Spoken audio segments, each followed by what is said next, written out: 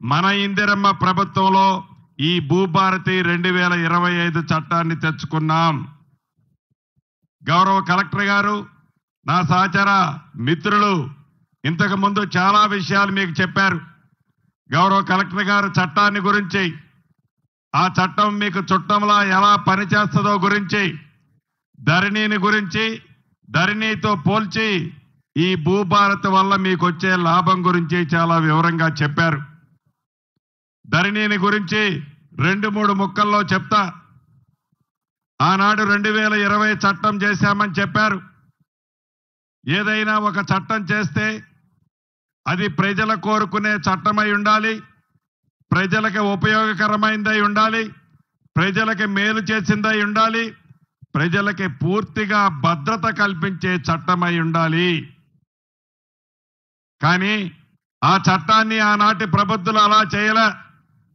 కేవలం వారి గొప్పతనం కోసం, వారి స్వార్థం కోసం, వారి లాభం కోసం 4 గోడల మధ్య నలుగురు వ్యక్తులు 4 రోజుల్లో చట్టాన్ని చేసి నువ్వు ఎట్లా చేస్తావో చావని బెనం మీద ఆనాడు రుద్దారు.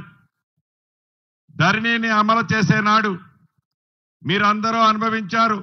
భూములున్నాయి, బిడ్డకి పెళ్లి చేయాలన్నా, కొడుకుని చదివించుకోవాలన్నా, ఇంటి ఆవిడకు జబ్బు చేస్తే వైద్యం కోసమైనా ఒక 5 లక్షలో 10 లక్షలో డబ్బులు కావాలి అంటే, ఆ ఉన్న భూమిలో ఒక 5 కుంటలు అమ్మాలి అంటే ఆ ధరణి పుణ్యమా అంటూ 100 రోజులు రిజిస్ట్రేషన్లే ఆనాడు జరగల. ప్రజలందరూ గగ్గోలు పెట్టారు, వారి ఆవేదన వెల్లబుచ్చారు. అయినా ఆ దొరవారికి కనికరం కలగకపోగా ధరణి అద్భుతం, ధరణి అమృతం, ధరణియే సంజీవిని, మీకు ఇది జీవనాధారమని ఆనాటి పెద్ద దొరవారు చెప్పిన మాటలు ఇప్పటికీ మీ చెవుల్లో గింగుర మోగుతుంటాయి. అదే మన భూభారతి చట్టం. ఒక అర్ధరాత్రి చేయలే.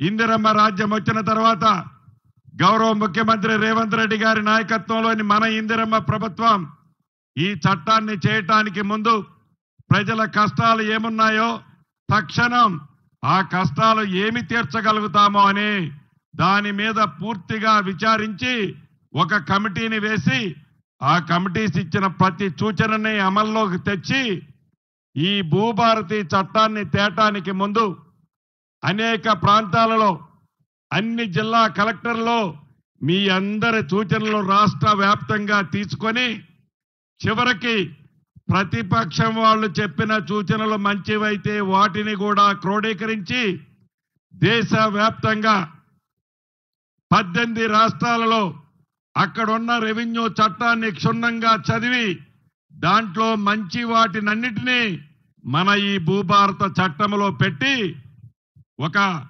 అద్భుతమైన చట్టాన్ని తయారు చేసి పబ్లిక్ డొమైన్లో తయారు చేసిన చట్టాన్ని 60 రోజులు ఉంచిన తర్వాత అసెంబ్లీలో ఈ చట్టాన్ని పెట్టడం జరిగింది. అసెంబ్లీలో చట్టం పెట్టినప్పుడు ఆ దొరవారి తొత్తులు అసెంబ్లీలో ఎలా ప్రవర్తించారో ఒక నరరూప రాక్షసుల్లా ఇటు నా మీద అటు స్పీకర్ గారి మీద ఆ చట్టానికి సంబంధించిన కాగితాలన్నిటినీ చించి మా మీద విసిరి ఈ చట్టాన్ని ఆపటానికి ఎలా ప్రయత్నించారో మీరందరూ ప్రత్యక్షంగా టీవీల్లో చూశారు. అయినా కూడా ఇది పేదవాడి ప్రభుత్వం.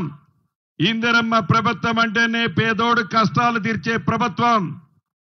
అటువంటి మన ఇందిరమ్మ ప్రభుత్వంలో దేనికి తల ఒగ్గకుండా, అదరకుండా, బెదరకుండా గౌరవ ముఖ్యమంత్రి రేవంత్ రెడ్డి గారి సూచనలతో పేదవాడి కష్టాలు తీర్చే ఈ భూభారత చట్టమే భవిష్యత్తులో మనకి శ్రీరామ రక్ష అని తలంచి ఈ చట్టాన్ని పాస్ చేసుకొని 2025 జనవరి 4వ తారీఖున ఈ చట్టం రూపంలో ఇది భూభారతని తీసుకొచ్చుకున్నాం.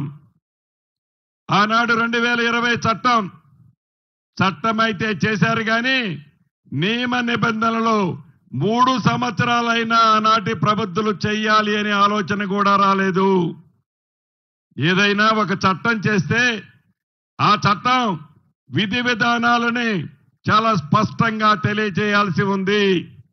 చట్టం అయితే చేశారు, విధి విధానాలు దొరవారి నోటి నుంచి ఏ మాట వస్తే ఆ మాటే విధి విధానాలుగా ఆనాటి ప్రభుత్వం నడుచుకుంది. దాని ఫలితమే మీరందరూ మొన్న ఎన్నికల్లో ఇచ్చిన తీర్పు. మన భూభారతిని జనవరి 4వ తారీఖు నాడు చట్ట రూపంలో చేసుకున్న తర్వాత 90 రోజుల్లో విధి విధానాలు తయారు చేసి డాక్టర్ బిఆర్ అంబేద్కర్ గారి జన్మదినం నాడు తెలంగాణ రాష్ట్ర ప్రజలకి, భూములున్న ఆసాములకి, రైతన్నలకి గౌరవ ముఖ్యమంత్రి గారు మీ అందరికీ అంకితం చేసిన తర్వాత ఈ చట్టం యొక్క విధి విధానాలు ఏంటో, ఈ చట్టంలో ఏమేమి అంశాలున్నాయో, ఈ చట్టం పేదవాడికి ఎలా చుట్టంలా ఉంటుందో అనేది అవగాహన సదస్సు గౌరవ కలెక్టర్లే ప్రతి మండలానికి వచ్చి ఈ చట్టం మీద పూర్తి అవగాహన కల్పించాలి అని కలెక్టర్లందరికీ గౌరవ ముఖ్యమంత్రి గారు ఆదేశించడం జరిగింది 14వ తారీఖు నాడు. అంతేకాదు ఈ రూల్స్ ప్రకారం జిల్లాల్లో 33 జిల్లాల్లో హైదరాబాద్ తీసేసి మిగిలిన 32 జిల్లాలలో 4 మూలల 4 జిల్లాలలో ఒక్కొక్క జిల్లాలో ఒక్కొక్క మండలాన్ని పైలట్ మోడల్గా తీసుకోవటం జరిగింది. రెవెన్యూ అధికారులే, ఎంఆర్ఓ స్థాయి అధికారులే ప్రతి రెవెన్యూ గ్రామానికి వారి సిబ్బందితో వస్తారు. ₹1 కూడా మీరు ఫీజు ఇవ్వాల్సిన అవసరం లేదు. మీరు చెప్పులు అరిగిందాక ఏ ఆఫీస్ చుట్టూ తిరగనవసరం లేదు. ఆనాడు ధరణిని చట్టం చేసే నాడు ప్రజలందరూ ఆఫీసుల చుట్టూ చెప్పులు అరిగిందాక తిరిగారు. ఈ భూభారతి చట్టం వల్ల అధికారులే మీ గ్రామాలకు వస్తారు. అప్లికేషన్ కూడా వారే ఇస్తారు. దాంట్లో మీకున్న ఇబ్బందిని ఆ ఖాళీలో నింపి ఆ అప్లికేషన్ తిరిగిస్తే చాలు. మోడల్గా రాష్ట్రంలో 4 మండలాలు పైలట్ గా చేశాం. ఈ నెలాఖరికి ఈ 4 మండలాల్లోని అన్ని వివరాలు సేకరిస్తాం.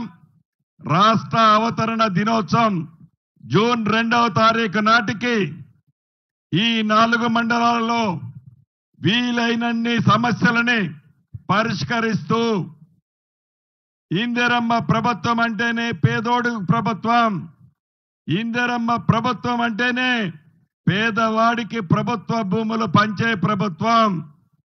ఈ ఇందిరమ్మ ప్రభుత్వంలో ఏ గ్రామంలోనైనా పట్టాలు ఇవ్వకుండా ప్రభుత్వ భూములుంటే సాగు చేసుకునేవారు అర్హులైతే వారికి ఇందిరమ్మ పట్టాలు ఇచ్చే కార్యక్రమాన్ని కూడా ఈ చట్టంలో పొందుపరచబడింది.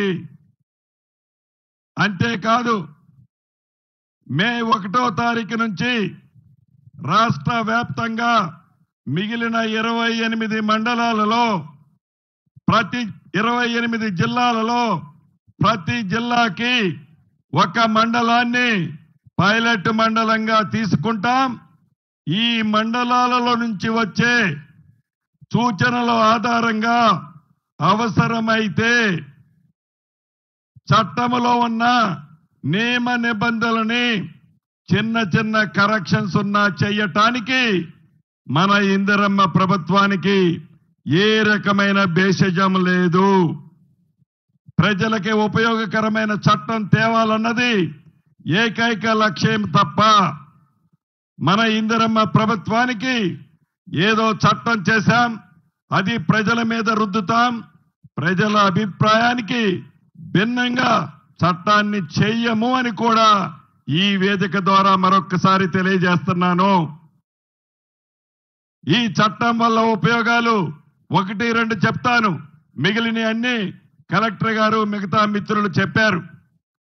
మొదటిది సాదా బైనామాలు. 2020 చట్టం అయితే చేశారు. చట్టం చేసినప్పుడు చేయటానికి 2 రోజుల ముందు, చేసిన తర్వాత 2 రోజుల తర్వాత ఆన్లైన్లో సాదా బైనామాలు ఉన్నవారు అప్లై చేసుకోమంటే మీలో కొంతమంది కూడా అప్లై చేసుకున్నారు. రాష్ట్ర వ్యాప్తంగా అటువంటి వాళ్ళు 9,26,000 మంది ఉన్నారు. కానీ ఆ 2020 చట్టంలో సాదా బైనామా అంశమే పేర్కొనలేదు. పేర్కొని కారణంగా అధికారులు ఏ రకమైన నిర్ణయాన్ని తీసుకోలేకపోయారు. కోర్టు కూడా ఈ చట్టంలోనే అంశం లేదు, మేమేమి చేయగలుగుతామని కోర్టు కూడా తీర్పిచ్చింది. ఆ కారణం చేత ఆ అప్లికేషన్లన్నీ కూడా పెండింగ్ ఉన్నాయి. ఈ చట్టంలో ఆ ఆన్లైన్లో ఉన్న 9,26,000 అప్లికేషన్లు జెన్యూన్ గా ఉన్న వాటిని, నిజమైన వాటిని పరిష్కరించేది ఈ చట్టంలో పొందుపరిచాము. అంతేకాదు, ఒక ఎంఆర్ఓ గారు ఉద్దేశపూర్వకంగా ఏదైనా తప్పు చేస్తే, ఒకరి భూమి ఒకరికి ఎక్కిస్తే ఆ ఆసామి రోడ్డు మీద తిరగటం తప్ప ఏ అధికారికి తన గోడు వినిపించుకునేది ఆనాటి చట్టంలో లేదు. మన భూభారతి చట్టంలో ఎంఆర్ఓ గారు తప్పు చేస్తే ఆర్డీఓ గారి దగ్గరికి వెళ్ళొచ్చు. ఆర్డీఓ గారు కూడా న్యాయం చేయకపోతే అడిషనల్ కలెక్టర్ గారి దగ్గరికి వెళ్ళొచ్చు.